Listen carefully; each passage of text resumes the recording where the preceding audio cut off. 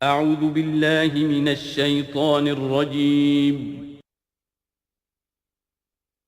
بسم اللہ الرحمن الرحیم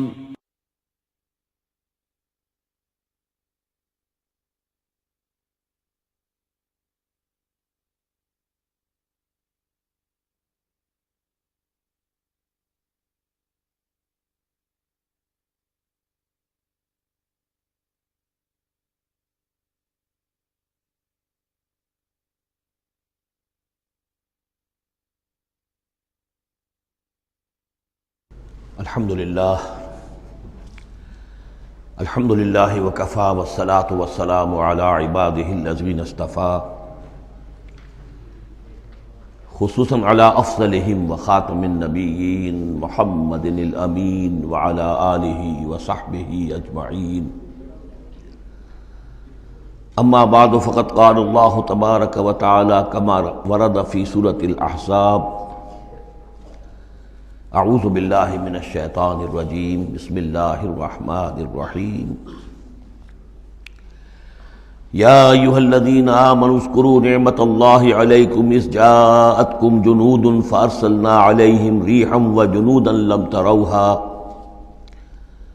وکان اللہ بما تعملون بصیرا صدق اللہ العظیم رب اشرح لی صدری ویسر لی امری واحلل عقدۃ من لسانی یفقہوا قولی اللہم ربنا الہمنا رشدنا واعذنا من شرور انفسنا اللہم ارنا الحق حقا وارزقنا اتباعہ وارنا الباطل باطلا وارزقنا اجتنابہ اللہم وفقنا لما تحب وترضى اللہم ربنا آنس وحشتنا فی قبورنا وارحمنا بالقرآن العظیم اللہم اجعلہ لنا اماما ونورا وہدا ورحمہ اللہم ذکرنا منہ ما نسینا وعلمنا منہ ما جہلنا وارزقنا تلاوتہ آناء اللیل واطراف النہار واجعلہ لنا حجتا یا رب العالمین آمین۔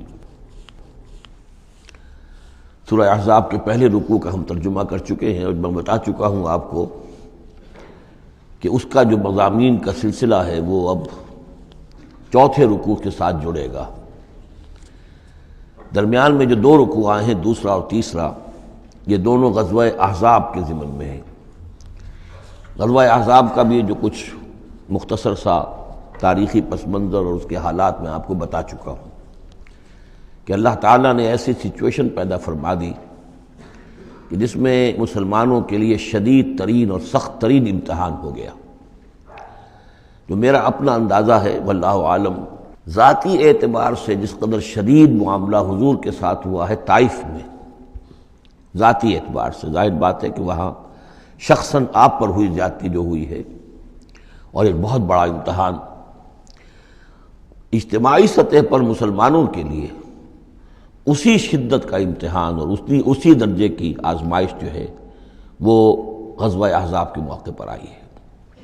12,000 کا لشکر آ کر مدینے کو گھیر کر پڑ گیا ہے، اور یہ کہ مدینے میں نہ صرف یہ کہ کل نفری 3,000 کی ہے جس میں منافقین بھی ہیں، پھر یہ کہ ان کی پشت پر وہ قبیلہ جو ہے یہود کا بنو قریظہ، ابھی تک اس نے بدعہدی نہیں کی تھی لیکن اب پورا اندیشہ تھا کہ بدعہدی کرے گا، اور وہ چنانچہ اسی محاصرے کے دوران میں اس نے بدعہدی کی بھی، اور ان کی سلسلہ جنبانی ہو بھی گئی تھی باہر سے آنے والے جو حملہ آور تھے ان کے ساتھ۔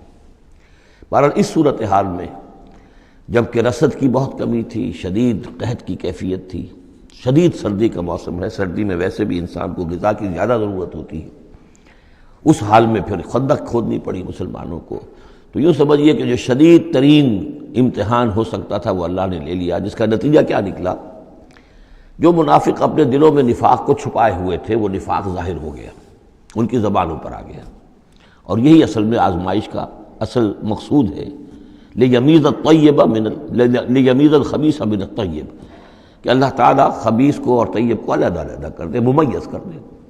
جیسا کہ سورہ عنکبوت کے ہم نے پہلے رکوع میں 2 مرتبہ وَلَيَعْلَمَنَّ اللَّهُ الَّذِينَ صَدَقُوا وَلَيَعْلَمَنَّ الْكَاذِبِينَ وَلَيَعْلَمَنَّ الَّذِينَ آمَنُوا وَلَيَعْلَمَنَّ الْمُنَافِقِينَ۔ اللہ تعالیٰ واضح کر دے گا، کھول کر رکھ دے گا کہ کون ہیں سچے اور کون ہیں جھوٹے، یعنی کون ہے حقیقتاً مومن اور کون ہے منافق۔ تو اس کا یہ فنومینن ہے، یہ گویا کہ جیسے کہ اس وقت سن 5 نبوی میں شدید ترین حالات ہو گئے تھے غلاموں کے لیے، نوجوانوں کے لیے۔ ظاہر بات ہے کہ حضور پر تو اس طرح کی دست درازی نہیں کر سکتے تھے مکے کے لوگ، لیکن غلام تھے یا نوجوان تھے، ان کے اوپر جو ہے جس شدید قسم کی آزمائش آ گئی تھی، اسی طرح کی گویا کہ آزمائش سن 5 نبوی میں یہ غزوہ احزاب کی شکل میں مدنی دور میں آ گئی ہے۔ یہ 5 ہجری ہے، وہ 5 نبوی ہے۔ یا ایھا الذین آمنوا اذکروا نعمت اللہ علیکم، اہل ایمان یاد کرو اللہ کے اس انعام کو جو تم پر ہوا۔ اذ جاءتکم جنود، جب تم پر حملہ آور ہوئے بہت سے لشکر، بنو غطفان آئے، بنو فزارہ آئے مشرق کی طرف سے، اور جنوب اور مغرب کی طرف سے جو ہے چلے آ رہے ہیں قریش، اور ان کو جو ہے پوری سپورٹ حاصل ہے شمال سے یہود کی۔ ان میں وہ کہ بنو نذیر بھی ہیں کہ جو مدینہ ہی سے نکالے گئے تھے، اور اس کے علاوہ یہ کہ خیبر کے یہودی بھی ہیں۔ فارسلنا علیہم ریحا، تو جب وہ لشکر آ گئے تم پر حملہ آور ہوئے تو ہم نے ان پر ایک آندھی بھیج دی، ایک تیز جھکڑ بھیج دیا۔ وجنودا لم تروہا، وہ آندھی تو تم نے بھی دیکھی کہ آندھی آئی ہے، لیکن یہ کہ اور لشکر بھی ہم نے اتارے تھے جو تم نے نہیں دیکھے، یعنی فرشتے۔ وکان اللہ بما تعملون بصیرا، اور جو کچھ تم کر رہے تھے اللہ اسے دیکھ رہا تھا۔ کون اب کس کے منہ پر، کس کی زبان پر نفاق آ گیا ہے، کس کا ایمان اور پختہ ہو گیا ہے۔ تو یہ ایک جملے میں گویا کہ پوری داستان کو تو اللہ نے سمو لیا۔ 20-25 دن تک محاصرہ رہا، اکا دکا مبارزت ہوئی۔ عمرو بن عبد ود آیا، وہ ان کا بہت ہی پورے عرب کا معنی ہوا جو ہے، وہ شہ سوار بھی تھا اور بہت بڑا وہ لڑاکا آدمی، 90 برس کی عمر، لیکن یہ کہ اس کے مقابلے میں آنے کی کوئی جرت نہیں کرتا تھا۔ جب وہ آیا ہے اور اس نے اپنے گھوڑے کو وہ ایڑ لگائی ہے کہ چھلانگ مار کر پوری جو تھی وہ خندق اس کو پار کر کے آ گیا، اور اکیلا ادھر آ کے کھڑا ہو گیا کہ آؤ کوئی ہے تمہارا مقابلہ وہ جو مجھ سے کر سکے۔ بہرحال سب لوگ ششدر حیران کہ اب اس کے مقابلے میں کون جائے۔ بالآخر حضرت علی نکلے رضی اللہ تعالیٰ عنہ۔ تو حضرت علی نے اس سے کہا، بلکہ اس نے کہا میرے مقابلے میں جو کوئی بھی آتا ہے، میری عادت ہے یہ کہ میں اسے پہلے 3 مواقع دیتا ہوں کہ وہ کوئی درخواست مجھ سے کرے جو منظور کر لوں۔ حضرت علی نے کہا میری پہلی درخواست یہ ہے کہ تم ایمان لے آؤ۔ انہوں نے کہا نہیں یہ نہیں ہو سکتا۔ اچھا دوسری درخواست میری یہ ہے کہ تم جنگ سے واپس چلے جاؤ۔ انہوں نے کہا یہ بھی نہیں ہو سکتا۔ تیسری بولو۔ تو حضرت علی نے فرمایا اچھا آؤ اب پھر مقابلے میں آؤ، یہ تیسری درخواست یہ ہے کہ آؤ مجھ سے مقابلہ کرو۔ تو وہ ہنسا، قہقہ لگایا کہ میرا اندازہ نہیں تھا کہ پورے عرب میں کوئی شخص مجھے یہ بھی کہہ سکتا ہے کہ مجھ سے آؤ مقابلہ کرو۔ بہرحال حضرت علی نے اسے واصل جہنم کیا رضی اللہ تعالی عنہ وارضاہ۔ تو اس قسم کی اکی دکی مبارزتیں ہوئیں، کوئی باقاعدہ جس کو کہتے ہیں کوئی مٹ بھیڑ لشکروں کی وہ نہیں ہو سکی، لیکن یہ کہ 25 دن کا محاصرہ طول کھینچ گیا تھا۔ ادھر وہ حضرت نعیم ابن مسعود اشجعی نے جو بھی کچھ سلسلہ جنبانی کیا، کوئی سری جھوٹ تو نہیں بولا، لیکن یہ کہ ایک طوریے کے انداز میں ایسی شکل پیدا کر دی کہ جس سے بنی قریظہ کے اور ان کے درمیان بھی کم سے کم بد اعتمادی ضرور پیدا ہو گئی فوری طور پر۔ پھر وہ آندھی آئی شدید، اور اللہ نے جو فرشتے بھیجے انہوں نے کیا کیا یہ ہمیں نہیں معلوم، کیا شکل اختیار کی، کہ بہرحال وہ سب کے سب اپنے پڑاؤ اٹھا کر اور چلے گئے۔ لیکن جو اس دوران صورت رہی ہے اس کا نقشہ کھینچا جا رہا ہے۔ اس جاؤکم من فوقکم ومن اسفل منکم، جب کہ وہ آئے لشکر تمہارے اوپر سے بھی تمہارے نیچے سے بھی۔ یہ جو جغرافیائی جو سلسلہ ہے عرب کا، میں نے کئی دفعہ آپ کو بتایا ہے کہ شمالاً جنوباً یہ جو حجاز کا پہاڑی سلسلہ چلتا ہے شمالاً جنوباً، اسی میں مکہ ہے، طائف ہے، مدینہ ہے، اسی کے آخر میں اوپر جا کر تبوک ہے۔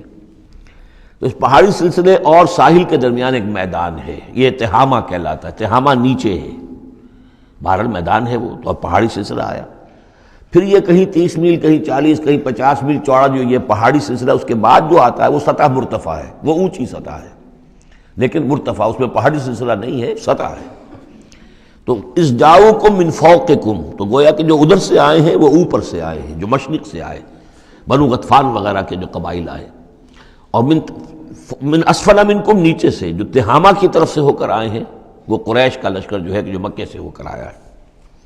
وَإِذْ زَاغَتِ الْأَبْصَارُ، اور جب کہ نگاہیں کج ہو گئی تھیں، جسے ہم کہتے ہیں کہ نگاہیں پتھرا گئیں خوف کے مارے. وَبَلَغَتِ الْقُلُوبُ الْحَنَاجِرَ، اور جب دل جو ہے وہ حلق میں آ گئے تھے، ہنسلیوں میں آ کر پھنس گئے تھے.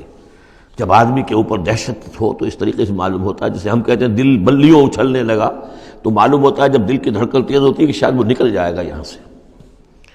وَتَظُنُّونَ بِاللَّهِ الظُّنُونَ، اور تم پھر اللہ کے بارے میں بڑے طرح طرح کے گمان کر رہے تھے، اب دل میں تمہارے خیال آ رہے تھے. ہنالک ابتلی المؤمنون، اس وقت اہل ایمان کا خوب امتحان لے لیا گیا، ابتلا خوب ہم نے کر لی، جانچ لیا، پرکھ لیا. وزلزلوا زلزالا شدیدا، اور وہ ہلا مارے گئے، جھنجھوڑ دیے گئے. وَإِذْ يَقُولُ الْمُنَافِقُونَ، اب نتیجہ کیا نکلا؟ جبکہ کہہ رہے تھے وہ منافق، والذین فی قلوبہم مرض، اور جن کے دلوں میں روگ تھا، ما وعدنا اللہ ورسولہ الا غرورا، ہم سے اللہ اور اس کے رسول نے جو وعدے کیے تھے جھوٹے ثابت ہوئے. ہمیں سبز باغ دکھا کے مروا دیا اللہ نے اور اس کے رسول نے. ہم سے کہا تھا قیصر و کسریٰ کی سلطنتیں تمہارے قلبوں میں آئیں گی، ہم سے کہا تھا اللہ کی مدد آئے گی. یہ کہاں اللہ کی مدد آئی؟ بعض منافقین نے کہا ہمارا حال تو یہ کہ ہم قضاء حاجت کے لیے باہر نہیں جا سکتے ہیں، ہم مدینے کے اندر محصور ہو گئے ہیں. ظاہر بات ہے کہ سینیٹیشن کا بھی کوئی نظام نہیں تھا، کس قدر وہاں پر اس سے ایک مسئلہ پیدا ہو چکا ہو، باہر نکل نہیں سکتے بالکل. تو قضاء حاجت وغیرہ بھی وہی ہو رہی ہے. یہ ان کے منہ پر جو ہے، ان کی زبانوں پر جو اندر کا خبث تھا، اندر کی گندگی تھی، زبانوں پر آ گئی. ما وعدنا اللہ ورسولہ الا غرورا، نہیں وعدہ کیا تھا ہم سے اللہ اور اس کے رسول نے مگر جھوٹا، دھوکے کا وعدہ. وَإِذْ قَالَتْ طَائِفَةٌ مِّنْهُمْ يَا أَهْلَ يَثْرِبَ، اور جبکہ ان میں سے ایک گروہ یہاں تک کہہ رہا تھا اے یثرب والو، لا مقام لکم فارجعوا، اب تمہارا کوئی ٹھکانہ نہیں ہے، لوٹ جاؤ یہاں سے، کہاں تم مقابلہ کر سکتے ہو؟ یہ 12,000 کا لشکر آ گیا، کوئی ممکن ہے؟ کوئی امکان تمہیں نظر آتا ہے؟ تو کسی طریقے سے کہیں سے بھاگنے کے لیے راستہ تلاش کرو. وَيَسْتَأْذِنُ فَرِيقٌ مِّنْهُمْ النَّبِيَّ، اور ان میں سے ایک گروہ جو ہے آ کر نبی سے اجازت طلب کر رہا تھا. یقولون ان بیوتنا عورا، اور وہ کہہ رہا تھا کہ ہمارے تو گھر کھلے پڑے ہوئے ہیں، یعنی گھروں کو اندیشہ ہے، گھروں کے اوپر پیچھے سے بنو قریظہ کے لوگ حملہ آور ہو جائیں، ہماری عورتیں وغیرہ جو ہم نے چند حویلیوں کے اندر جن کو جمع کیا ہے. آپ نے یہی کیا تھا حضور نے صلی اللہ علیہ وسلم، خواتین کو، بچوں کو ایک ایسی جگہ پر کہ جہاں وہ وسطی علاقہ تھا مدینے کا، اور وہاں بڑی کوئی حویلی تھی، اس میں جمع کر دیا تھا. تو اب وہ تو ہمیں تو اندیشہ ہے، ہمارے گھر خالی پڑے ہوئے ہیں، اس کے اوپر حملہ ہو سکتا ہے. وما ہی اب عورا، حالانکہ وہ نہیں کھلے پڑے ہوئے تھے، اللہ تعالیٰ نے اور اللہ کے رسول نے پہرے وغیرہ کا بندوبست کیا ہوا تھا. ان یریدون الا فرارا، حقیقت میں وہ فرار چاہتے تھے، بھاگنا چاہتے تھے. یہ تو بہانہ تھا جو بنا رہے تھے، اصل میں جنگ سے پیٹھ دکھا کر بھاگنا مقصود تھا. وَلَوْ دُخِلَتْ عَلَيْهِمْ مِنْ أَقْطَارِهَا، اور اگر کہیں داخلہ ہو ہی گیا ہوتا دشمن کا اس مدینے کے اندر اس کے چاروں طرف سے، ثُمَّ يُسْئِلُ الْفِتْنَةَ، اور پھر ان سے مطالبہ کیا جاتا فتنے کا، یعنی ارتداد کا. اگر یہ مشرکین کی فوجیں جو ہیں کہیں خدا نخواستہ مدینے میں داخل ہو جاتی اور اب وہ کہتی کہ یا تو مرتد ہو جاؤ اور یا ہم تمہیں قتل کرتے ہیں، تو وہ ما تلبسوا الا لآتوها، وہ اس فتنے کو قبول کر لیتے، مرتد ہو جاتے. وما تلبسوا بها الا یسیرا، اور تھوڑی سی دیر بھی نہ لگاتے، بہت ہی تھوڑا سا وقفہ. یعنی وہ ایمان ان کے دلوں میں اس کی جڑیں گہری تھی ہی نہیں، تو وہ مرتد ہونے کے لیے تیار تھے. وَلَقَدْ كَانُوا عَاهَدُوا اللَّهِ مِنْ قَبْلُ، حالانکہ چونکہ وہ مسلمان تھے تو انہوں نے عہد کیا تھا اللہ سے اس سے قبل، لا یولون الادبار، کہ وہ کبھی پیٹھ نہیں دکھائیں گے، جب بھی حق و باطل کا مقابلہ ہوگا پیٹھ نہیں دکھائیں گے. وَكَانَ عَهْدُ اللَّهِ مَسْئُولًا، اور یقیناً اللہ کے ساتھ جو عہد کیا گیا اور پھر اس کے بارے میں باز پرس ہوتی ہے کہ وہ عہد پورا کیا گیا یا نہیں کیا گیا. قُلْ لَن يَنْفَعَكُمُ الْفِرَارُ إِنْ فَرَرْتُم مِّنَ الْمَوْتِ، اے نبی ان سے کہہ دیجئے کہ تمہیں یہ بھاگنا اور فرار مفید نہیں ہو سکتا اگر تم موت سے بھاگ رہے ہو، اب القتل یا قتل سے، اس لیے کہ موت تو ہر جگہ آ سکتی ہے. وَإِذًا لَا تُمَتَّعُونَ إِلَّا قَلِيلًا، اور آج موت نہ آئی، فرض کیجئے اس موقع پر نہ آئی، تب بھی آخر دنیا میں کوئی سامان رسنے بسنے کا جو ہے رہنے کا وہ آخر لامحدود تو نہیں ہے. لا طلب ثم لا تمتعون الا قلیلا، نہیں تمہیں ساز و سامان ملے گا دنیا کی زندگی کا مگر تھوڑا سا، کچھ دن اور جی لو گے. قل من ذا الذی یعصمکم من اللہ، ان سے پوچھئے کون ہے وہ جو تمہیں اللہ سے بچا سکے. ان اراد بکم سوءا، اگر اللہ ہی نے فیصلہ کر لیا ہو تمہارے بارے میں کسی بری چیز کا، او اراد بکم رحمہ، اور اگر اللہ نے رحمت کا فیصلہ کیا ہو تو کون ہے جو اس کی رحمت کے آڑے آ سکے؟ ولا یجدون لہم من دون اللہ ولیا ولا نصیرا، اور یہ نہیں پائیں گے اللہ کے مقابلے میں نہ کوئی ولی، حمایتی اور نہ مددگار۔ قد یعلم اللہ المعوقین منکم، تم میں سے اے نام نہاد مسلمانوں، اے منافقوں، ہمیں خوب معلوم ہے، اللہ کو خوب معلوم ہے کہ کون ان میں سے روکتے ہیں دوسروں کو کہ مت جاؤ، محاذ پر مت جاؤ۔ جیسا کہ میں بتا چکا ہوں کہ دو طرف تو حرات تھے، ادھر سے حفاظت تھی، پیچھے بنو قریظہ تھے، چونکہ وہ معاہد تھے، ان سے معاہدہ تو موجود تھا، لہذا اس اعتبار سے بظاہر وہ بھی محفوظ تھا، ادھر سے حملہ نہیں ہو سکتا تھا، اگرچہ اندیشہ ہر وقت تھا کہ کبھی وہ بھی دغا دیں تو پھر یہ ہے کہ چکی کے دو پارٹوں کے درمیان مسلمان آ جائیں گے۔ لیکن جو سامنے کا علاقہ تھا وہاں وہ خندق جو ہے کھود دی گئی، اور خندق سے ادھر جو ہے وہ مسلمان مورچہ لگا کے بیٹھے ہوئے، تو اب اس جو بھی وہ محاذ بنتا تھا اس پر کوئی نہیں جاتا تھا، روکتے تھے ادھر مت جاؤ، کہاں جا رہے ہو؟ قد یعلم اللہ المعوقین منکم، تم میں سے جو لوگ روکتے ہیں دوسروں کو، والقائلین لاخوانہم ہلم الینا، اور جو کہتے ہیں اپنے بھائیوں سے آؤ ہماری طرف آؤ، گھروں میں گھس جاؤ، چھپ جاؤ، تمہارا جو ہے کہیں نام و نشان نہ رہے، کہاں جا رہے ہو موت کے منہ میں۔ ولا یاتون الباس الا قلیلا، اور وہ نہیں آتے، حاضر نہیں ہوتے جنگ میں، یعنی میدان جنگ میں جہاں پر کہ فوجوں کا پڑاؤ ہے، آمنے سامنے کا معاملہ، مگر کبھی کسی وقت۔ شاذ اشیحۃ علیکم، اے مسلمانوں یہ تمہارے حق میں بہت بخیل ہے، کوئی خیر نہیں چاہتے تمہارے لیے، یہ خیر خواہ نہیں ہے، تمہارے بدخواہ ہے۔ فَإِذَا جَاءَ الْخَوْفُ رَأَيْتَهُمْ، اور جب خوف اگر چلا جائے، یہ لشکر چلے جائیں، یہ خوف کی کیفیت ختم ہو جائے، رأيتهم ينظرون، اذا جاء الخوف، جب خوف آتا ہے، خوف کی کیفیت پیدا ہو جاتی ہے، خوفناک صورتحال، رأيتهم ينظرون إليك، تو اے نبی آپ ان کو دیکھتے ہیں کہ آپ کی طرف ایسے دیکھ رہے ہوتے ہیں، تدور اعینہم کالذی یغشی علیہ من الموت، کہ ان کی آنکھیں ایسی پھرتی ہیں جیسے کہ اس شخص کی آنکھ پھرا کرتی ہے کہ جس پر موت کی غشی طاری ہو رہی ہو، کیونکہ اب مرحلہ آ گیا خطرے کا، پھر جنگ ہے، پھر جانا پڑے گا، پھر وہی ساری صورتحال، سارے اندیشے، سارے خطرات، تو گویا کہ ان کو موت کی غشی اور نزع کی کیفیت کی میں جو ہوتی ہے، آنکھیں جس طرح کے پتھرا جاتی ہیں یا پھرتی ہیں، اس طریقے سے تدور اعینہم کالذی یغشی علیہ من الموت۔ فاذا ذهب الخوف، اور جب خوف چلا جائے، ختم ہو جائے، یعنی وہ صورتحال جیسے کہ بعد میں ہو گئی کہ چلے گئے لشکر، جب چلے گئے تو اب ان کا طریقہ کار کیا ہے؟ وَإِذَا ذَهَبَ الْخَوْفُ سَلَقُوكُمْ بِأَلْسِنَةٍ حِدَادٍ، اب وہ تم پر پل پڑتے ہیں اپنی لوہے کی زبانوں کے ساتھ، یعنی زبانیں قینچیوں کی طرح چلنی شروع ہو جاتی ہیں، مسلمانوں پر تنقید بھی ہے، اپنے ایمان کا اظہار بھی ہے، چرب زبانی بھی ہے، تو حداد لوہے کی، جیسے کی زبانیں لوہے کی ہوں، تو ہمارے محاورے میں قینچی کی طرح زبان کا چلنا۔ سلق جو ہے عربی محاورے میں، عربی لغت میں آتا ہے بسطن بقہر اما بالید او باللسان، کسی کے پر حملہ آور ہونا یا ہاتھ سے یا زبان سے۔ تو سلقوکم بألسنۃ حداد اشیۃ علی الخیر، اور پھر جو بھی کوئی مال غنیمت ہوگا اس کے اوپر یہ ایسے ہوں گے، جھکے پڑیں گے کہ مال سارا ہمیں ہی مل جائے۔ اولئک لم یؤمنوا، یہ وہ لوگ ہیں کہ جو حقیقتاً ایمان نہیں لائے۔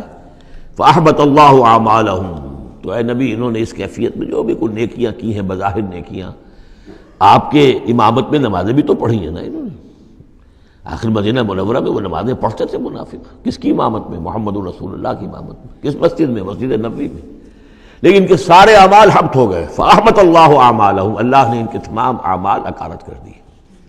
وکان ذلک علی اللہ یسیرا، اور یہ چیز اللہ پر بہت آسان ہے۔ یحسبون الاحزاب لم یذهبوا، جبکہ جا چکے ہیں لشکر، ان کا حال یہ ہے کہ ان کے اوپر ابھی تک خوف طاری ہے، جیسے ہوتا ہے کہ کسی بڑے حادثے کے بعد بھی بہت دیر تک اعصاب کے اوپر جو ہے وہ ایک طرح کی کپ کپی طاری رہتی ہے، انسان کے سنسناہٹ سی رہتی ہے، اتنا بڑا حادثہ ہوا ہے۔ یحسبون الاحزاب لم یذهبوا، یہ سمجھتے ہیں کہ وہ گئے نہیں ہیں، کہیں ادھر چھپ گئے ہوں، کہیں پھر دوبارہ آ رہے ہوں، کہیں حملہ دوبارہ تو نہیں کر رہے ہیں، یہ کوئی ان کے ٹیکٹیکل موو تو نہیں تھی کہ ذرا پیچھے ہٹ کے پھر حملہ آور کریں۔ یحسبون الاحزاب لم یذهبوا، یہ سمجھتے ہیں کہ وہ لشکر گئے نہیں ہیں۔ وَإِن یأتی الاحزاب، اور اگر کہیں دوبارہ وہ لشکر جو ہیں، وہ فوجیں جو ہیں دوبارہ کہیں حملہ آور ہو جائیں، یودوا لو انہم بادون فی الاعراب، تو ان کی بڑی خواہش ہوگی کاش کہ ہم مدینے کو چھوڑ کر کہیں ریگستانوں میں چلے گئے ہوتے، اور کہیں نخلستانوں میں جا کر عراب کی حیثیت کے ساتھ ہم ان کے ساتھ چلے گئے ہوتے، بادیہ نشینوں کے پاس۔ یسألونک عن انبائکم، اور وہاں سے اے مسلمانوں تمہاری خبریں معلوم کرتے رہتے، اب کیا ہوا، اونٹ کس کروٹ بیٹھا۔ وَلَوْ كَانُوا فِيكُمْ مَا قَاتَلُوا إِلَّا قَلِيلًا، اور اگر یہ تمہارے درمیان موجود بھی رہے تو قتال میں تو حصہ نہیں وہ لیتے مگر شاس دکھانے کے لیے، خانہ پوری جسے ہم کہتے ہیں۔ اب ایک کردار تو یہ ہے جو سامنے آ گیا، دوسرا کردار کیا ہے؟ لَقَدْ كَانَ لَكُمْ فِي رَسُولِ اللَّهِ أُسْوَةٌ حَسَنَةٌ۔ دوسرے کردار کا جو دوسری تصویر ہے، اس کا جو خورشید ہے، سورج ہے، وہ محمد رسول اللہ کا کردار ہے۔ فرمایا اے مسلمانوں، تمہارے لیے اللہ کے رسول میں ایک اسوہ ہے، نمونہ ہے، بہترین نمونہ۔ اب یہ بات نوٹ کرنے کی ہے کہ یہ آیت ہمارے ہاں سیرت کی تقاریر ہوں، کوئی میلاد کی محفلیں ہوں، کوئی وعظ ہو تو اس میں بہت پڑھی جاتی ہے یہ آیت اسوہ حسنہ، لیکن عام طور پر ہمارے ہاں اسوہ حسنہ کیا ہے؟ چھوٹی چھوٹی سنتیں، ان کا تذکرہ ہوگا۔ مسواک کرنا بھی اسوہ ہے، ٹھیک ہے اسی طریقے سے اور سنتیں ہیں۔ مسجد میں داخل ہو تو داہنا پاؤں آگے آنا چاہیے، بایاں نہیں، ٹھیک ہے، ہونا چاہیے، ایک شخص کو کرنا چاہیے، اہتمام کرنا چاہیے، حضور کا یہی معمول تھا۔ یہ سب بھی اسوے میں شامل ہے۔ اصل اسوہ یہ ہے کفر کے مقابلے میں جان ہتھیلی پر رکھ کر میدان میں آنا، یہ ہے اسوہ۔ یہ اسوہ ہماری نگاہوں سے اوجھل۔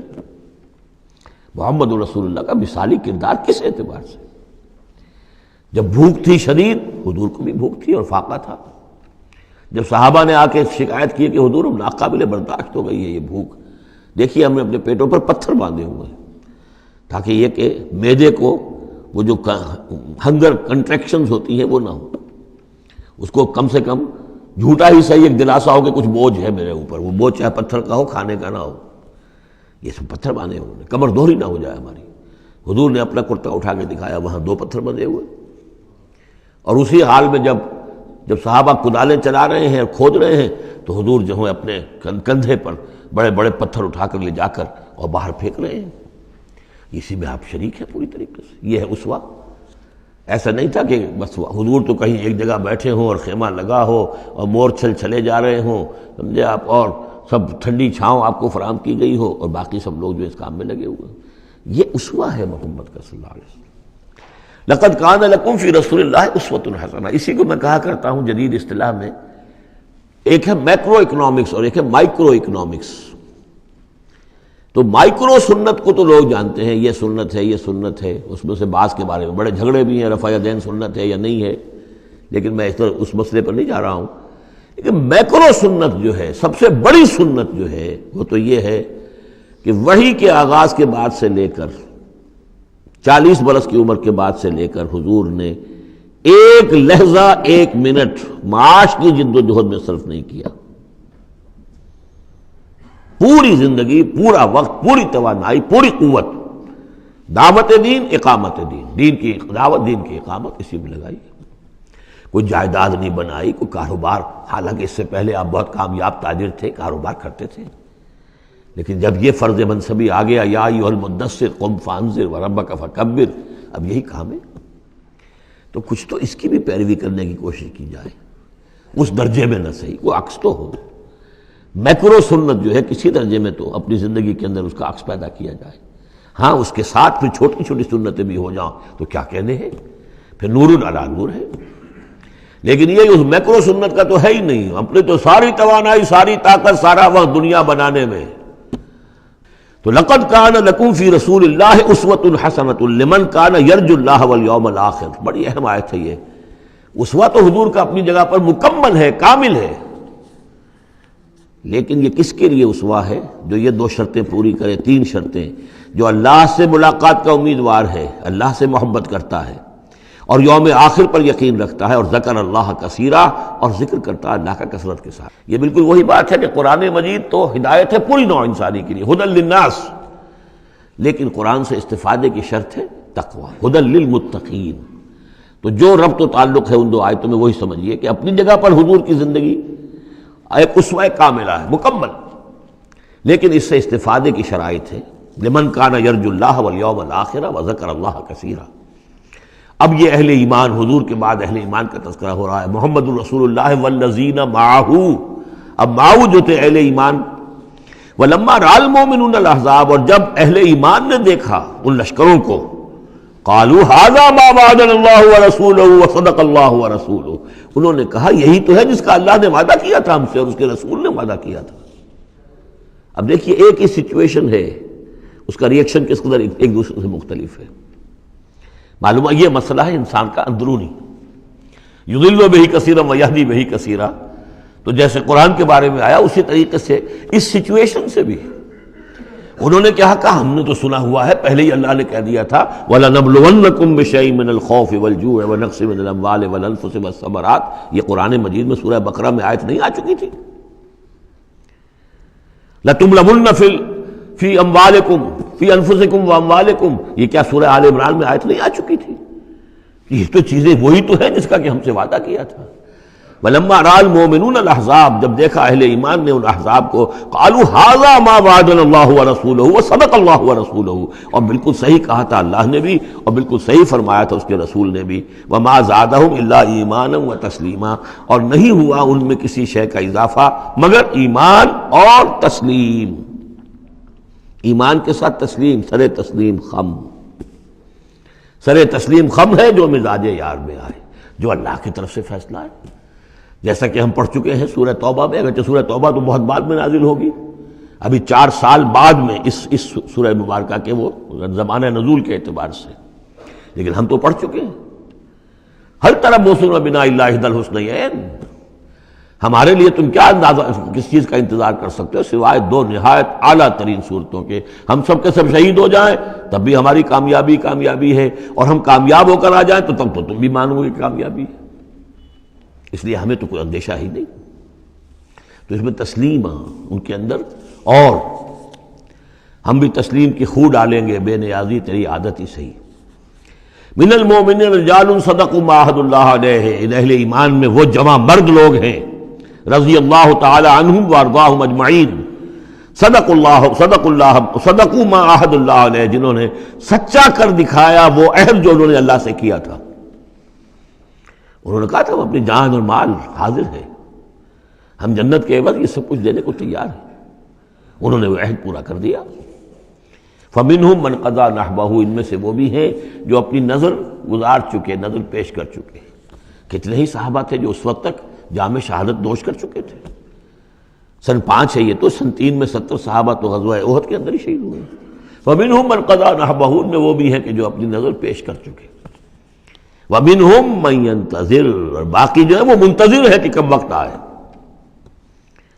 یہ تو ہم انتظار میں ہیں کہ کب اللہ تعالیٰ ہمیں بھی شہادت کا درجہ دے، ہماری بھی شہادت قبول فرما لے۔ وبال دوش ہے سر جس میں ناتواں پہ مگر لگا رکھا ہے تیرے خنجر و ثنا کے لیے، ہم تو اللہ منتظر ہیں کہ کب ہماری باری آ جائے۔ فَمِنْهُمْ مَنْ قَضَى نَحْبَهُ وَمِنْهُمْ مَنْ يَنْتَظِرُ وَمَا بَدَّلُوا تَبْدِيلًا، اور انہوں نے ہرگز تبدیلی کوئی نہیں کی، جو انہوں نے عہد اللہ سے کیا سر بوس میں فرق نہیں آنے دیا۔ لِيَجْزِيَ اللَّهُ الصَّادِقِينَ بِصِدْقِهِمْ، تاکہ اللہ تعالیٰ سچوں کو ان کی سچائی کا پورا بدلہ دے۔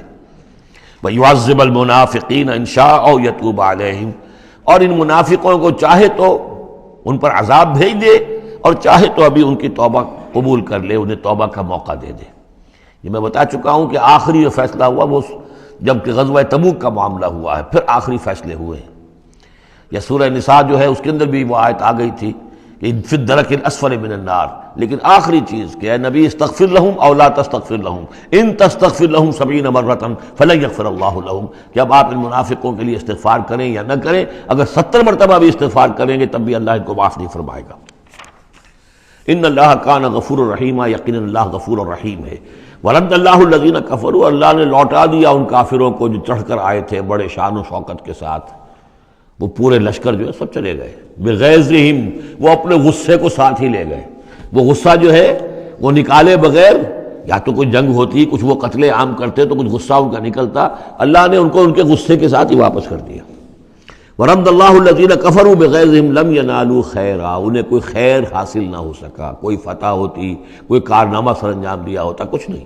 وکفى اللہ المؤمنین القتال، اور اللہ کافی رہا اہل ایمان کی طرف سے قتال کے لیے۔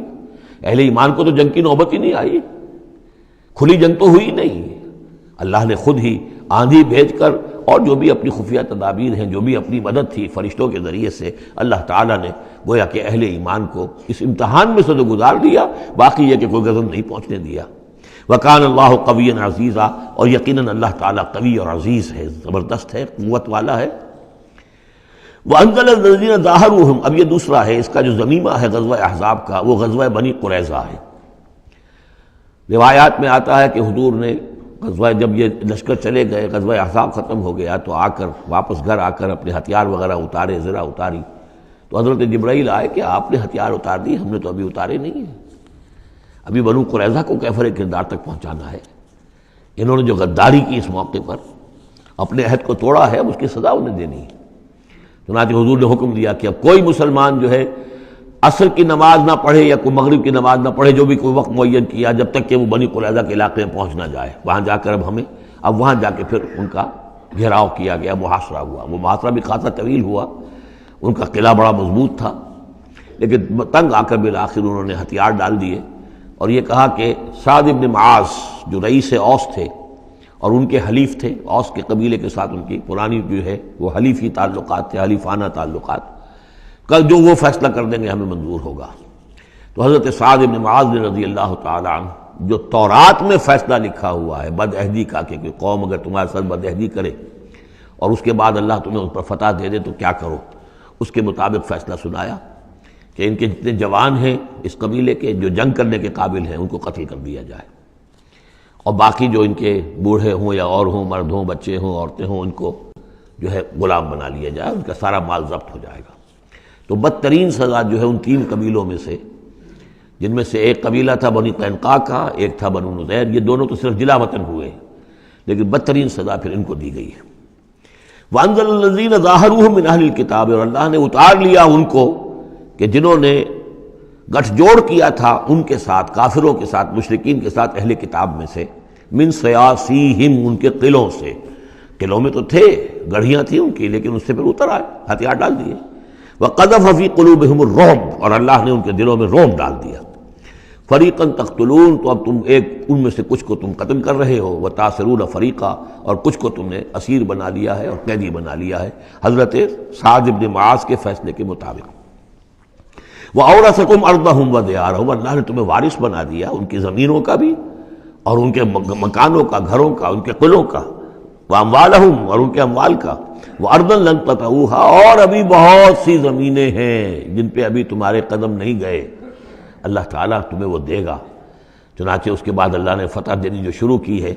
غزوہ احزاب جو ہے در حقیقت یہ ایک ٹرننگ پوائنٹ تھا حضور کی سیرت کے اندر، اس لیے کہ اس کے بعد حضور نے کہہ بھی دیا تھا، غزوہ احزاب کے بعد صحابہ کو خوشخبری دے دی تھی، لن تغزوکم قریش بعد عامکم ھذا، مسلمانوں اس سال کے بعد اب قریش تم پر دوبارہ حملہ آور نہیں ہوں گے۔ ان کی آخری یہ اٹیمپٹ تھی جو انہوں نے کر لی ہے، اب ان میں ہمت نہیں ہوگی کہ وہ دوبارہ چڑھائی کر کے آئیں، وَلَكِنَّكُمْ تَغْزُونَهُمْ، بلکہ اب تم چڑھائی کرو گے۔ وہ چڑھائی اگلے ہی سال سن 6 میں حضور نے کی، لیکن حضور نے کس طرح کی چڑھائی کی کہ عمرے کے لیے جا رہے ہیں ہم، تو ہتھیار نہیں ہے، ہتھیار بند ہے، احرام باندھا ہوا ہے۔ اب ایک ایسی سچویشن پیدا ہوئی مکے والوں کے لیے، نہ وہ نگلا جائے نہ اگلا جائے، کہ ان کی پرانی روایات ہیں یہ کہ کسی کو بھی عمرے کے لیے، حج کے لیے کوئی آئے اسے نہیں روک سکتے، لیکن مسلمانوں کو کیسے آنے دیں، اور روکیں تو کیسے روکیں؟ بالآخر انہوں نے فیصلہ کیا ہم کسی ضرورت نہیں آنے دیں گے۔ ادھر حضور نے پھر جو ہے بیعت لے لی کہ اب یہاں سے ہم کوئی بھی زندہ نہیں جائے گا، سب جانے یہیں دے دیں گے۔ بیعت علی الموت، بیعت رضوان جو ہوئی اس موقع پر، وہ بیعت علی الموت تھی، یہیں پر جانے دے دیں گے۔ اس کی خبریں وہاں پہنچی تو ان کے چھکے چھوٹ گئے۔ بہرحال پھر صلح ہوئی، جس صلح کو کہا ہے اللہ تعالیٰ نے انا فتحنا لک فتحا مبینا، تو فتح کا جو ہے دروازہ کھل گیا ہے غزوہ احزاب کے فوراً بعد، اور اسی کی طرف اشارہ ہے وہ ارضا لم تطئوہا، ابھی بہت سی زمینیں جن پر ہے مسلمانوں تمہارے قدم نہیں پہنچے، تمہارے قدم نہیں پہنچے، ابھی تم نے گھوڑے نہیں دوڑائے ہیں، ابھی وہ تو زمینیں اب کہاں سے کہاں تک آپ سمجھیے کہ 30 سال کے اندر اندر کہاں سے کہاں تک مسلمانوں کی حکومت ہو گئی۔ تو وہ سارا اشارہ اس میں ہے، خاص طور پہ خیبر سن 7 میں یہودیوں کا گڑھ پتہ ہو گیا۔ وَكَانَ اللَّهُ عَلَىٰ كُلِّ شَيْءٍ قَدِيرًا، اور اللہ تعالیٰ ہر چیز پر قادر ہے۔ اب یہاں سے وہ مضمون شروع ہو رہا ہے کہ جو پہلے رکوع میں تھا، کچھ جو مجلسی اصلاحات ہیں، یوں سمجھیے کہ ان کی پہلی قسط وہ ہے جو سورہ احزاب میں آ رہی ہے۔ 5ویں سال عرب میں پردے کا رواج نہیں تھا، چادر کا رواج تھا، مرد بھی عورت بھی، باہر جب نکلتا تھا تو ایک لمبی سی چادر لے کر، لیکن یہ کہ مردوں کے صرف کندھے پر وہ پڑی ہوتی تھی، عورتیں یہ ضرور تھا کہ اسے اپنا تقریباً پورے جسم میں وہ لپیٹ لیتی تھی اس میں، لیکن چہرے کا کچھ نہیں، سر پہ کچھ نہیں، سر پر اگر ہو گیا ورنہ چہرہ کھلا۔ یہ وہاں کے رواج تھے، گھروں میں بے دھڑک جا رہے ہیں آ رہے ہیں، اور جو بھی تھا وہاں پر جو صورتحال تھی۔ اب اس میں جو تدریجاً اصلاح کی گئی تو پہلی بات جو سمجھنے کی ہے وہ یہ ہے کہ اصلاح کا آغاز ہوا، چیریٹی بگنز ایٹ ہوم، نبی کے گھر سے آغاز کیا گیا، اور نبی کی بیویوں کو سب سے پہلے مخاطب کیا گیا، اس لیے کہ یہاں سے اس کا آغاز ہوگا۔ اور اس میں ایک بڑا لطیف نکتہ یہ ہے کہ حضور صلی اللہ علیہ وسلم جو اسوہ حسنہ ہے کامل، تو مردوں کے لیے تو کامل اسوہ حسنہ ہے حضور صلی اللہ علیہ وسلم، باپ کی حیثیت سے، بیٹے کی حیثیت سے، داماد کی حیثیت سے، خسر کی حیثیت سے، قاضی القضات کی حیثیت سے، سپہ سالار کی حیثیت سے، ہیڈ آف دی اسٹیٹ کی حیثیت سے، امام کی حیثیت سے، خطیب کی حیثیت سے، معلم کی حیثیت سے، مربی اور مزکی کی حیثیت سے، جتنی حیثیتیں آپ گن سکتے ہیں حضور کی سیرت میں اسوہ موجود ہے۔ ایک پہلو سے اسوے میں کمی ہے، اور وہ کمی کیا ہے؟ عورتوں کے جو خاص نسوانی معاملات ہوتے ہیں اس میں تو حضور اسوہ نہیں بن سکتے، حضور تو مرد ہیں، تو عورتوں کی زندگی کا ایک حصہ ہے کہ نہیں؟ تو عورتوں کے لیے اسوہ کون ہے؟ وہ آپ کے ازواج مطہرات کو اسوہ بنایا جا رہا ہے، اس لیے اصلاح کا عمل ان سے شروع کیا گیا، اور ان کو گویا کہ کہہ دیا گیا کہ تم اگر نیکی کرو گی دوہرا اجر پاؤ گی، کیوں کہ تمہیں تو دیکھ کر تمام مسلمان خواتین نے جو ہے تمہارے نقش قدم کی پیروی کرنی ہے، اور خدا نے خواستہ تم نے کوئی غلط حرکت کی تمہیں دوہری سزا ملے گی، اس لیے کہ تم تو ان کے لیے اب اسوہ ہو۔ تو گویا کہ اسی سورہ مبارکہ میں حضور کے بارے میں آیت آئی ہے لَقَدْ كَانَ لَكُمْ فِي رَسُولِ اللَّهِ أُسْوَةٌ حَسَنَةٌ، لیکن حضور کے اس اسوے میں جو ایک پہلو سے کمی ہے کہ خواتین کے لیے ان کے جو مخصوص نسوانی معاملات ہیں ان کے لیے حضور کی شخصیت میں اسوہ نہیں ہے، اس خلا کو پر کیا ہے ازواج مطہرات کے ذریعے سے۔ یا ایھا النبی قل لازواجک، اے نبی کہہ دیجئے اپنی بیویوں سے، ان کنتن تردن الحیاۃ الدنیا وزینتہا فتعالین امتعکن واسرحکن سراحا جمیلا۔ یہ واقعہ ایلا ہے۔ اب آپ کو معلوم ہے کہ جب مسلمانوں کے ہاں اب خوشحالی آ گئی، اب فتح کا دور شروع ہو گیا، مال غنیمت بھی آیا ہے، تو عام مسلمانوں کے گھر میں خوشحالی ہو گئی، تو ازواج مطہرات بر طبع بشری ان کی طرف سے بھی ایک تقاضا آیا کہ اب ہمارا بھی نفقہ، ہمارا خرچہ کچھ بڑھایا جائے۔ اس مطالبے کو حضور نے اتنا ناپسند کیا کہ قسم کھا لی کہ 1 مہینے تک میں گھر میں کسی کے گھر میں نہیں جاؤں گا، کسی اپنی اہلیہ محترمہ سے ملاقات نہیں کروں گا، اور مسجد کے ساتھ ہی ایک بالا خانہ سا تھا، اس میں آپ نے اپنا جو ہے وہ قیام کر لیا، تو ایک طوفان مچ گیا مدینے میں۔ اب حضرت ابوبکر کی بیٹی حضرت عائشہ حضور کے گھر میں ہے، حضرت عمر کی بیٹی حضرت حفصہ حضور کے گھر میں ہے، کہ اب یہ کیا ہو رہا ہے، کیا ان کو طلاق ہو جائے گی، کیا ہوگا، حضور نے کیا فیصلہ کر لیا ہے؟ اس کو ایلا کہتے ہیں، کچھ عرصے کے لیے بیویوں سے قطع تعلق کر لینا، اور یہ سورہ الذین یولون من نسائہم، اس کا حکم جو ہے وہ آ چکا، 4 مہینے سے زیادہ کی اجازت نہیں ہے، لیکن یہ کہ بہرحال یہ جب حضور نے کیا تو اس کے بعد پھر یہ آیات نازل ہوئیں کہ نبی اب آپ صاف 2 آپشنز رکھ دیجئے اپنی ازواج کے سامنے، اگر تو انہیں دنیا چاہیے تو وہ خود آیات ہی میں دیکھ لیجئے، ان کنتن تردن الحیات الدنیا، کہ اگر تو تم چاہتی ہو دنیا کی زندگی، اس کی زیبائش اور آرائش، وزینتہا فتعالین، آؤ امتعکن، میں تمہیں مال و متاع دے دوں گا، واسرحکن سراحا جمیلا، پھر میں اپنے گھر سے تمہیں رخصت کر دوں گا خوبصورتی کے ساتھ، لیکن یہ کہ پھر تم میرے گھر میں نہیں رہ سکتی، پھر میں اپنے ہاتھ سے تمہیں رخصت کر دوں گا۔ وَإِن كُنتُنَّ تُرِدْنَ اللَّهَ وَرَسُولَهُ، اور اگر تم طالب ہو اللہ کی اور رسول کی، ان کی رضا چاہتی ہو، وَالدَّارَ الْآخِرَةَ، اور بجائے اس دنیا کے تم آخرت کا گھر جو ہے اس کی طالب بن جاؤ، فَإِنَّ اللَّهَ أَعَدَّ لِلْمُحْسِنَاتِ مِنْكُمْ أَجْرًا عَظِيمًا، تو اللہ تعالیٰ نے تم جیسی نیک بیویوں کے لیے اللہ تعالیٰ نے بہت بڑا اجر جو ہے وہ فراہم کیا ہے، تیار کیا ہے۔ یعنی اب آپشن تمہارا ہے، اگر دنیا کی آسائش چاہیے تو آؤ، فیصلہ کر لو، چوز کر لو، چوائس از یورس، میں تمہیں مال و متاع دے کر اپنے گھر سے رخصت کر دوں گا خوبصورتی کے ساتھ، اور اگر میرے ہاں رہنا ہے تو پھر تو یہی ہے، فقر ہے، فاقہ ہے، جو اختیاری فقر تھا آپ کا۔ اور اس میں ظاہر بات واقعہ یہی ہے کہ جب یہ بات رکھی گئی سب سے پہلے حضرت عائشہ نے کہا میں تو اللہ اور اس کے رسول کو منتخب کرتی ہوں، اور ایک ایک کر کے تمام ازواج نے یہ کہا، اپنے تمام مطالبات سے وہ دستبردار ہو گئی، اور پوری زندگی اس طرح گزری ہے کہ کبھی 2 وقت جو ہے چولہا گرم نہیں ہوا ہے محمد کے گھر میں صلی اللہ علیہ، کسی بھی گھر میں، کسی بھی زوجہ محترمہ کے گھر میں۔ یا نساء النبی من یات منکن بفاحشۃ مبینۃ، اے نبی کی بیویوں، اگر خدا نہ خواستہ بالفرض تم میں سے کسی کی طرف سے کسی کھلی بے حیائی کا ارتکاب ہوا، یضاف لہ العذاب ضعفین، اسے عذاب دیا جائے گا دگنا، وکان ذلک علی اللہ یسیرا، اور یہ اللہ پر بہت آسان ہے۔ یہ نہ سمجھنا نبی کی بیویاں تو نبی ہمیں بچا لے گا، اسی لیے قرآن مجید میں بار بار آتا ہے حضرت نوح کی بیوی، حضرت لوط کی بیوی، حضرت لوط کی بیوی کا ذکر بہت زیادہ آیا ہے۔ نبی بھی اپنی بیوی کو نہیں بچا سکتا، اگر اس کا اپنا کردار غلط ہے، اس کا اپنا جو رویہ ہے صحیح نہیں ہے، اگر اس ایمان اور عمل صالح سے محروم ہے تو کچھ نہیں۔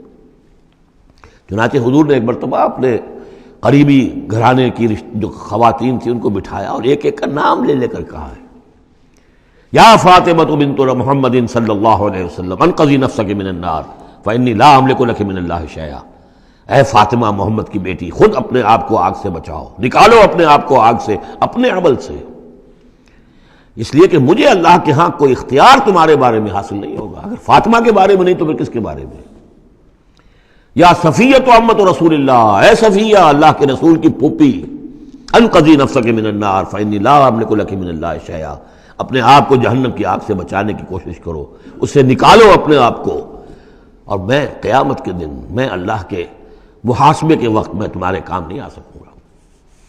وَمَن يَقْنُتْ مِنكُنَّ لِلَّهِ وَرَسُولِهِ، تو اب جو کوئی بھی تم میں سے اللہ اور اس کے رسول کی اطاعت پر کاربند ہو جائے، فرما برداری اختیار کرے، وَتَعْمَلْ صَالِحًا، اور نیک عمل کرے، نُؤْتِهَا أَجْرَهَا مَرَّتَيْنِ، تو اسے ہم اس کا اجر بھی دیں گے دوہرا۔ غلطی کرو گی تو سزا دگنی، اور صحیح طرز عمل ہوگا ایمان اور عمل صالح والا تو اجر بھی تمہارا دگنا ہوگا۔ اعتدنا لہا رزقا کریما، اور اس کے لیے اللہ تعالیٰ نے، ہم نے بہت ہی رزق کریم باعزت روزی کا اہتمام جنات کے اندر کیا ہوا ہے۔ یا نساء النبی لستن کاحد من النساء، اے نبی کی بیویوں تم عام عورتوں کے مانند نہیں ہو، تم نبی کی بیویاں ہو۔ یہاں اس کو سمجھ لیجیے، مراد کیا ہے کہ تمہیں اسوہ بننا ہے امت کی تمام خواتین کے لیے تا قیام قیامت۔ لستن کاحد من النساء، اب پہلی ہدایت یہ دی گئی ان اتقیتن فلا تخضعن بالقول۔ اب ظاہر بات ہے وہ پہلی یوں سمجھیے کہ جو میں معاشرے کا نقشہ میں کھینچ چکا ہوں، تو لوگ آتے تھے گفتگو کرتے تھے بے دھڑک۔ پہلی بات تو یہ آپ نے فرمائی کہ اگر تم تقویٰ دل میں رکھو اور لوگوں سے بات کرتے ہوئے اپنی آواز میں لوچ پیدا نہ کرو، نرمی پیدا نہ کرو۔ ظاہر بات ہے عورت کی آواز اس کے اندر مرد کے لیے کشش ہے، اور اگر کہیں طرح اس میں لوچ بھی ہو تو اگر کسی کے دل میں کوئی خباثت ہے، کوئی گندگی ہے، منافق بھی تو اسی معاشرے میں تھے نا، اور وہ تو کوئی موقع نہیں جانے دینا چاہتے تھے کوئی سکینڈلز اٹھانے کا حضور کے خلاف اگر ہو جائے۔ سورہ نور میں ہم پڑھ چکے ہیں کہ حضرت عائشہ تک پر توبت لگ گئی۔ تو یہ کہ اگر فیطمع الذی فی قلبہ مرض، کہ کہیں تم تو اپنی شرافت اور مروت کی وجہ سے نرم انداز میں بات کرو، اور جس کے دل میں کوئی روگ ہے، منافقت کا روگ ہے، بیماری ہے، وہ کوئی اور ہی امید لگا لے کہ شاید ان کی کوئی توقع، شاید میں یعنی یہاں پہ اگر کوئی محنت کروں، کوشش کروں تو شاید میری دال گل جائے، کسی بری نیت اور ارادے کو دل میں پال لے۔ وَقُلْنَ قَوْلًا مَعْرُوفًا، بات کرو بڑی معروف انداز میں، لیکن انداز جو ہے اس میں وہ سختی کا ہونا چاہیے، بجائے اس کے کہ اس کے اندر وہ نرمی ہو اور شیرینی ہو۔ وَقَرْنَ فِي بُيُوتِكُنَّ، دوسری ہدایت، اپنے گھروں کے اندر قرار پکڑو، تمہارا اصل مقام جو ہے وہ گھر ہے۔ اب یہ اصول دیے جا رہے ہیں، یعنی سمجھیے کہ یہ اصلاحات جو ہو رہی ہیں، مخلوط معاشرہ نہیں ہے اسلامی معاشرہ، عورت کا اصل مقام اس کا گھر ہے، ماں کی حیثیت سے، بہن کی حیثیت سے، بیٹی کی حیثیت سے، بیوی کی حیثیت سے، گھر کے اندر۔ وَقَرْنَ فِي بُيُوتِكُنَّ وَلَا تَبَرَّجْنَ تَبَرُّجَ الْجَاهِلِيَّةِ الْأُولَىٰ، اور مت نکلو باہر بن سنور کر جیسے کہ جاہلیت اولیٰ میں رواج تھا۔ جاہلیت، پچھلی جاہلیت جو تھی، اسلام کے آنے سے پہلے جو تہذیب، جو کلچر وہاں تھا، وہ طریقتکم المثلیٰ، وہ بھی کہتے ہوں گے کہ ہمارا بڑا مثالی کلچر ہے یہ، اس کلچر کو اب چھوڑو۔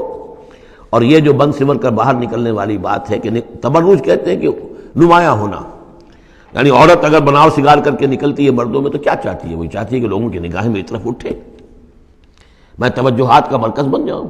یہ کام اب چھوڑ دو بالکل، اگر خدا نہ خواستہ کہیں ہے بھی کسی کا کوئی پس منظر میں، تو اس کی دوسری ہدایت یہ ہے گھروں میں قرار پکڑو، گھروں میں رہو، گھروں میں بیٹھو۔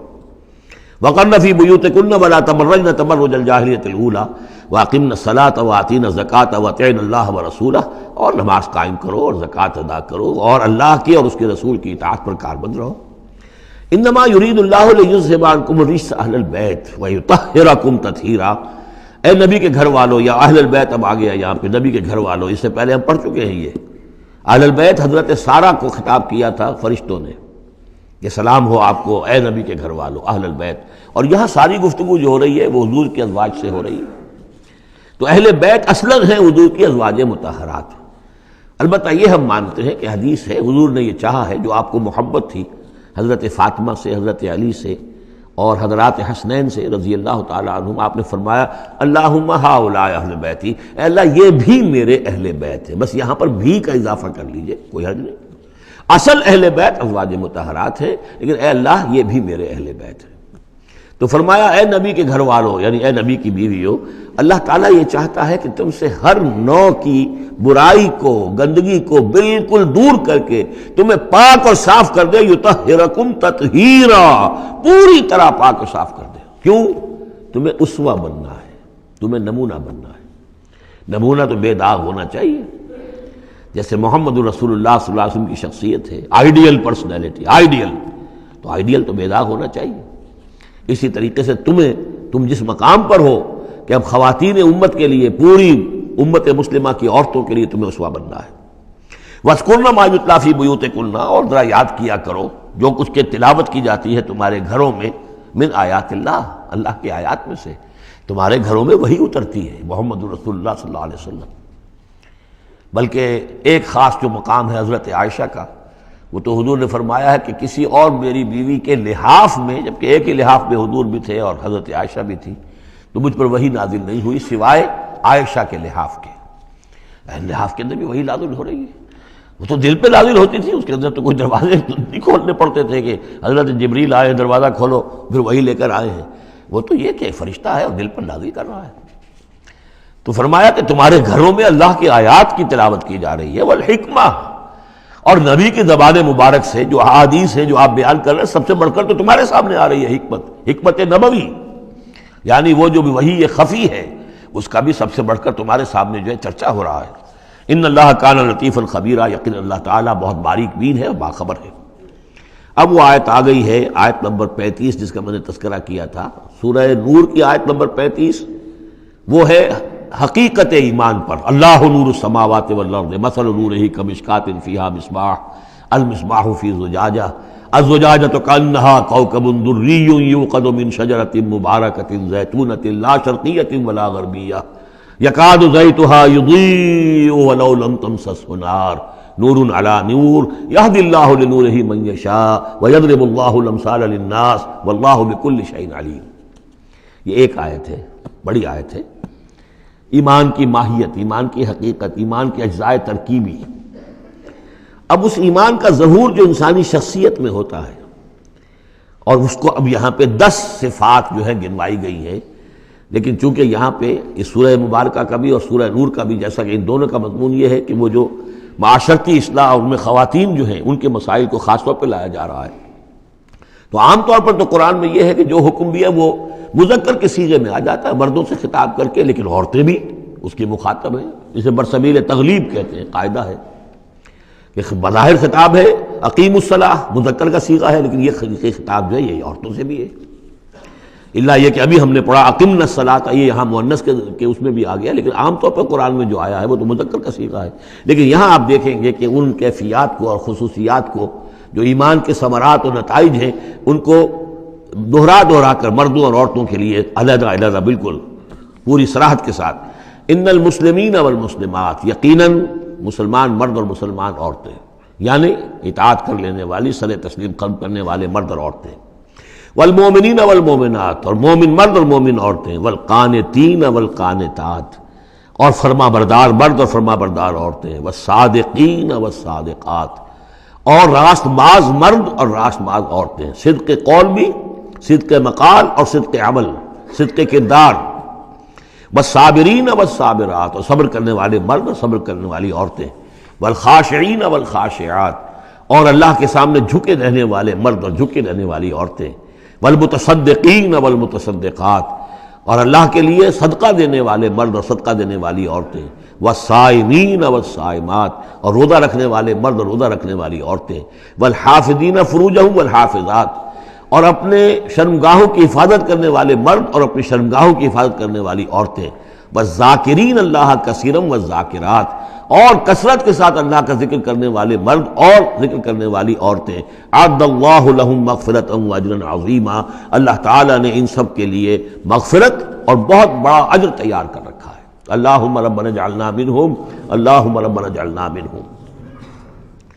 اب وہ مسئلہ آ رہا ہے کہ جس کی تمہید ہوئی تھی پہلے رکوع میں، حضرت زینب رضی اللہ تعالیٰ عنہ سے حضور کی شادی کا معاملہ، اور اس سے پہلے حضور کے کہنے کی وجہ سے حضرت زینب کا نکاح جو حضرت زید ابن حارثہ سے ہوا، پھر زید ابن حارثہ رضی اللہ تعالیٰ عنہ نے جو ان کو طلاق دینی چاہی، پھر حضور کے دل میں جو یہ خیال ہوا کہ میں نے پہلے تو حکم دے کر نکاح پر مجبور کیا، اب اگر یہ داغ لگ جاتا ہے زینب کو تو گویا کہ پھر تو ایک ہی شکل رہ جائے گی اس کی دل جوئی کی، تلافی کی، کہ میں خود نکاح کروں۔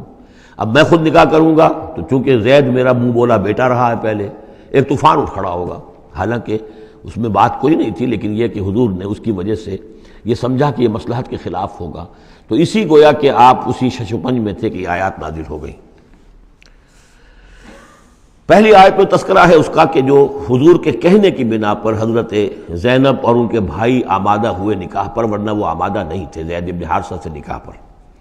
وما كان لمؤمن ولا مؤمنة اذا قضى الله ورسوله امرا ان يكون لهم الخيرة من امرهم، یہ کسی بھی مومن مرد اور کسی بھی مومن عورت کے لیے یہ روا نہیں ہے کہ جب اللہ اور اس کا رسول کسی شے کا فیصلہ کر دیں تو پھر بھی انہیں یہ خیال ہو کہ ہمارے پاس آپشن باقی ہے، ہمیں اختیار حاصل ہے۔ وَمَن يَعْصِ اللَّهَ وَرَسُولَهُ فَقَدْ ضَلَّ ضَلَالًا بَعِيدًا، جو اللہ اور اس کے رسول کی نافرمانی کریں گے انہوں نے تو گویا کہ بہت بڑی گمراہی جو ہے وہ حاصل کر لی۔ تو یہ گویا کہ ایک تو یہ کہ اس کو عام ہم لیں گے تو یہ ہر معاملے کے اوپر ہے کہ اللہ اور اس کے رسول کے فیصلے کے بعد پھر میں یہ سمجھوں کہ میرے پاس کوئی آپشن ہے، تو اس کا مطلب ہے کہ میں اللہ کا انکار کر رہا ہوں، رسول کا انکار کر رہا ہوں۔ پس منظر میں وہی ہے کہ حضور کی فرمائش جو تھی ابتداءً تو چونکہ امیمہ ابن عبد المطلب حضور کی پھپھی تھیں جن کی بیٹی ہیں حضرت زینب، اب یوں سمجھیے کہ قریش کا اونچا خاندان ہے، اور ادھر یہ ہے کہ حضرت زید ابن حارثہ غلام رہے ہیں، اگرچہ تھے شریف خاندانوں میں سے عرب کے، لیکن کبھی انہیں کہیں پکڑ کر کہیں کسی نے لا کر غلام بنا کر بیچ دیا تھا تو داغ تو لگ گیا غلامی کا، اور اس معاشرے میں وہ داغ پھر دھلتا نہیں تھا ایک دفعہ لگ جانے کے بعد۔ تو اس وجہ سے اب انہوں نے حضور کے لیے، حضور کے فرمانے کی وجہ سے نکاح کیا، اس کے بعد نہیں ان کی نبھی آپس میں، اور اس میں گمان غالب یہی ہے کہ حضرت زینب انہیں وہ نہیں دے سکیں احترام اور ادب اور ان کی مرضی پر چلنے کا معاملہ، جیسا کہ ایک عورت کو فصالحات و قانتات حافظات للغیب جو رویہ ہونا چاہیے، اب وہ اپنے جذبات اور احساسات کے اوپر اس درجے جو ہیں وہ کنٹرول نہ کر سکی، لہذا ان کے مابین جو ہے وہ موافقت نہیں ہوئی۔ تو حضرت زید نے کئی دفعہ کہا کہ حضور میں پھر ان کو فارغ کر دینا چاہتا ہوں، طلاق دینا چاہتا ہوں۔ استقول للذی انعم اللہ علیہ وانعمت علیہ امسک علیک زوجک، اے نبی جب آپ کہتے تھے اب اس شخص سے کہ جس پر اللہ نے بھی انعام فرمایا اور آپ نے بھی انعام فرمایا، آپ نے اسے آزاد کر دیا، اپنا منہ بولا بیٹا بنایا تھا، یہ دوسری بات ہے کہ اللہ نے وہ بات ختم کر دی، یہ تو زید ابن محمد کہلاتا تھا، اب یہ زید ابن حارثہ رہ گیا دوبارہ۔ آپ اس سے کہتے رہے امسک علیک زوجک، نہیں اپنی بیوی کو روکے رکھو، گھر میں آباد رکھو، ذرا اور کوشش کرو، ذرا اور کہ مزاجوں کی موافقت ہو جائے۔ واتق اللہ، اللہ سے ڈرو، اللہ کا تقوی اختیار کرو۔ وتخفی فی نفسک ما اللہ مبدیہ، اور آپ اپنے دل میں چھپائے ہوئے تھے وہ بات جو جس کو کہ اللہ تعالیٰ اللہ مبدی، جسے اللہ تعالیٰ کھولنا چاہتا ہے۔ وتخشى الناس، آپ لوگوں سے ڈر رہے تھے، واللہ احق ان تخشاہ، جبکہ اللہ زیادہ حقدار ہے اس کا کہ آپ اس سے ڈریں۔ فلما قضا زید منها وطرا، تو جب زید نے اس سے آخری قطع تعلق کر لیا، یعنی زکوٰۃ بھی دے دی، وہ طلاق بھی دے دی اور پھر عدت بھی پوری ہو گئی، زوجناکہا، اے نبی ہم نے تزویج کر دی ہے اس کی تمہارے ساتھ، زوجہ بنا دیا ہے، ہم نے نکاح کر دیا ہے۔ حضرت زینب پھر یہ کہا کرتی تھیں، دوسری ازواج مطہرات سے فخر کرتی تھیں کہ تمہارے نکاح سب کے جو ہیں زمین پر ہوئے ہیں، میرا نکاح آسمان پر ہوا ہے۔ جب حضور نے شادی کی ان سے پھر تو اللہ نے نکاح کیا، اللہ نے نکاح پڑھایا ہے۔ زوجناکہا، ہم نے اسے آپ کی زوجیت میں دے دیا، کہ لا یکون علی المؤمنین حرج فی ازواج ادعیائہم، تاکہ یہ آئندہ کے لیے یہ جاہلی رسم کا خاتمہ ہو جائے اور منہ بولے بیٹوں کی بیویوں کے بارے میں اہل ایمان پر کوئی تنگی نہ رہے. منہ بولا بیٹا تھا، اس کی بیوی تھی، بیٹا یہ فوت ہو گیا، اس کی بیوی سے آپ شادی کر سکتے ہیں. اسی طریقے سے اگر وہ اس کو طلاق دے دی ہے شادی کر سکتا ہے. یہ محرمات ابدیہ میں سے نہیں ہے. محرمات ابدیہ کی فہرست سورہ نساء کے اندر آ چکی ہے. وَكَانَ أَمْرُ اللَّهِ مَفْعُولًا، اور یہ تو اللہ کا وہ فیصلہ تھا کہ جو بہرحال پورا ہو کر رہنا تھا. یعنی یہ سب کچھ جو ہوا ہے نبی، اس میں بھی ہماری حکمت تھی، مصلحت تھی. کسی اور کے ذریعے سے یہ بات ہوتا تو یہ رسم ٹوٹتی نہ. بعض چیزیں رسمیں ایسی ہوتی ہیں کہ اتنی گہری ہوتی ہیں، ان کے اوپر لوگوں کا اتنا جو وثوق ہوتا ہے، یہ تو جب تک آپ کے ذریعے سے یہ رسم جو ہے غلط نہ ٹوٹتی تو اس کے ٹوٹنے کا امکان نہیں تھا. ہم نے اس کے لیے یہ سارا معاملہ کیا ہے. ما کان علی النبی من حرج فیما فرض اللہ لہ، نبی پر کوئی حرج نہیں ہے، کوئی مضائقہ نہیں ہے اس چیز میں جو اللہ نے اس کے اوپر عائد کر دی ہے، فرض کر دی ہے. سنت اللہ فی الذین خلو من قبل، اور یہ اللہ کا وہ طریقہ ہے جو ان لوگوں کے بارے میں رہا جو پہلے گزر چکے. اللہ کے نبیوں کے ساتھ، رسولوں کے ساتھ اللہ کا یہی معاملہ رہا ہے. وکان امر اللہ قدرا مقدورا، اور یہ تو اللہ کا وہ معاملہ تھا کہ جو گویا کہ طے تھا، مقرر ہو چکا تھا، ہماری مشیت میں یہ پہلے سے طے تھا. الذین یبلغون رسالات اللہ، وہ اللہ کے نبی کہ جو ہم اللہ کے پیغامات کو پہنچانے پر مامور ہوتے ہیں. وَيَخْشَوْنَهُ، اور صرف اسی سے ڈرتے ہیں. وَلَا يَخْشَوْنَ أَحَدًا إِلَّا اللَّهَ، اور نہیں ڈرتے کسی اور سے اللہ کے سوا. وَكَفَى بِاللَّهِ حَسِيبًا، اور اللہ تعالیٰ کافی ہے کفایت کرنے والا یا حساب لینے والا. مَا كَانَ مُحَمَّدٌ أَبَا أَحَدٍ مِّن رِجَالِكُمْ، دیکھو محمد تم میں سے کسی مرد کے باپ نہیں ہے. حضور کو اللہ تعالیٰ نے اولاد نرینہ نہیں دی، جو دی تھی بچپن ہی میں اسے اٹھا لیا. آخری عمر میں بھی یہ سمجھیے کہ حضرت ماریہ قبطیہ، ان کے بطن سے حضرت ابراہیم کی ولادت ہوئی ہے. اور یہ ایک عجیب مسئلہ ہے کہ حضرت ابراہیم کے عقد میں یا آپ کے نکاح میں آئیں ہاجرہ، وہ بھی مصر کی تھیں جن سے اسماعیل کی ولادت ہوئی. اسماعیل کی نسل میں حضور ہیں صلی اللہ علیہ وسلم. پھر مصر ہی سے ایک ماریہ قبطیہ آ رہی ہیں، اور ان کے بطن سے جو بیٹا ہوا اس کا نام حضور نے ابراہیم رکھا. اور حضور کو بہت محبوب بھی تھا، لیکن وہ بہت ہی چھوٹا ہستہ تھا، بچپن میں ہی فوت ہو گیا ہے، اور حضور کو اس کا افسوس بھی ہوا. یا ابراہیم انا لفراقک محزونون، یا ابراہیم ہم تمہاری جدائی سے بڑے محزون ہیں، ہمیں رنج ہے.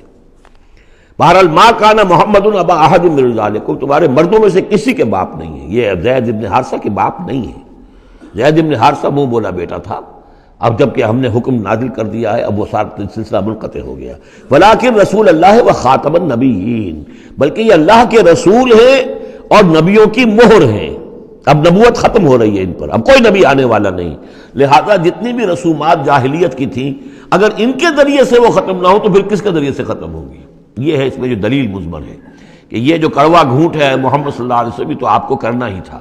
اس لیے کہ یہ جاہلانہ رسمیں جو ہیں، اگر آپ اس کے اندر یہ اقدام نہ کرتے اور آپ نے اپنے منہ بولے بیٹے کی بیوی سے اگر شادی نہ کی ہوتی تو یہ رسم ختم نہیں ہو سکتی تھی.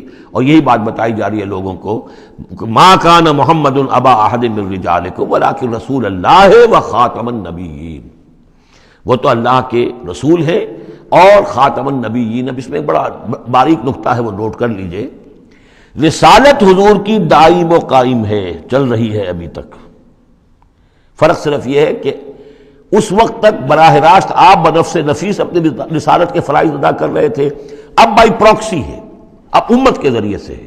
جو بھی آپ کے امتی ہیں، جو بھی دین کے خادم ہیں، جو بھی قرآن کے پیغام کو پہنچا رہے ہیں، جہاں تک پہنچا رہے ہیں وہ رسالت محمدی کا پیغام پہنچ رہا ہے. رسالت محمد کی ہے صلی اللہ علیہ وسلم.